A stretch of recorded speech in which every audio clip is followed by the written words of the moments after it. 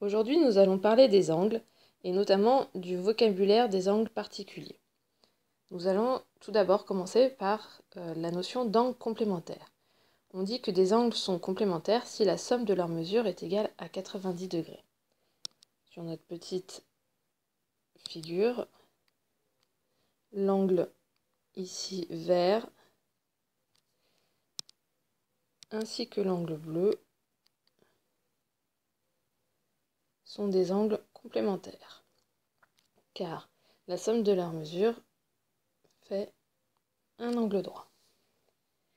Les angles n'ont pas forcément besoin d'être situés l'un à côté de l'autre pour être complémentaires. Un angle de 45 degrés et un angle de 45 degrés sont deux angles complémentaires, même s'ils ne sont pas situés l'un à côté de l'autre, puisque 45 plus 45 est égal à 90 degrés. Pour les angles supplémentaires, on dit que des angles sont supplémentaires si la somme de leurs mesures est égale à 180 degrés. Ce qui est le cas ici de l'angle bleu et de l'angle vert. Là encore, les angles n'ont pas besoin d'être situés l'un à côté de l'autre.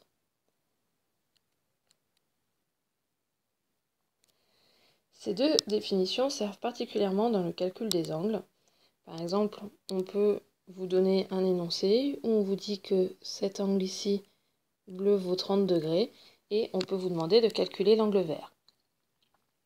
Comme on sait que les angles sont supplémentaires, cela signifie que l'angle bleu, qu'on va appeler alpha, plus l'angle vert qu'on va appeler bêta, est égal à 180 degrés. Comme on sait que alpha vaut 30 degrés, cela va nous permettre de calculer la valeur de bêta en effectuant la soustraction 180 moins 30 degrés, ce qui donne 150 degrés. On peut vérifier effectivement que 150 degrés plus 30 degrés donne bien 180 degrés. Nous allons ensuite voir la notion d'angle adjacent. Sur cette figure, l'angle bleu et l'angle orange sont des angles adjacents. La définition d'angle adjacent sont deux angles qui partagent un sommet commun, donc ici le point A, un côté commun, donc ici la demi-droite AY, et ayant leur côté autre situé de part et d'autre de ce côté commun. Ici, nous voyons bien que la demi-droite AX est située au-dessus du côté commun, alors que la demi-droite AZ est située en dessous du côté commun. Dans la notion d'adjacent, il y a le fait d'être situé l'un à côté de l'autre. Donc, je peux vous dessiner plusieurs angles.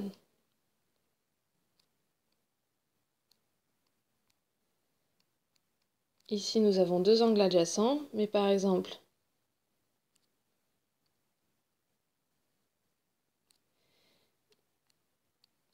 ici, nous avons des angles qui ne sont pas adjacents puisqu'ils n'ont pas un sommet commun. On a le premier sommet ici et le deuxième sommet ici.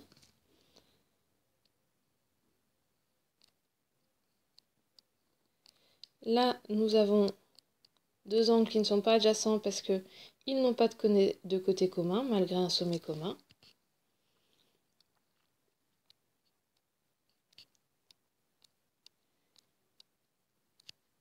Et ici, pour ces angles-là, ils ne sont pas non plus adjacents puisqu'ils ont beau avoir un sommet commun, un côté commun, ce côté est ici. Les autres côtés ne sont pas situés de part et d'autre du côté commun.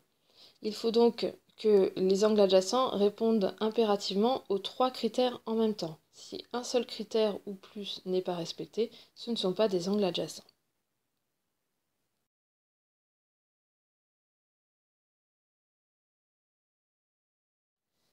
Enfin, la dernière notion est celle d'angle opposé par le sommet. Ce sont deux angles situés comme sur la figure, donc ils ont un sommet commun et les côtés qui les constituent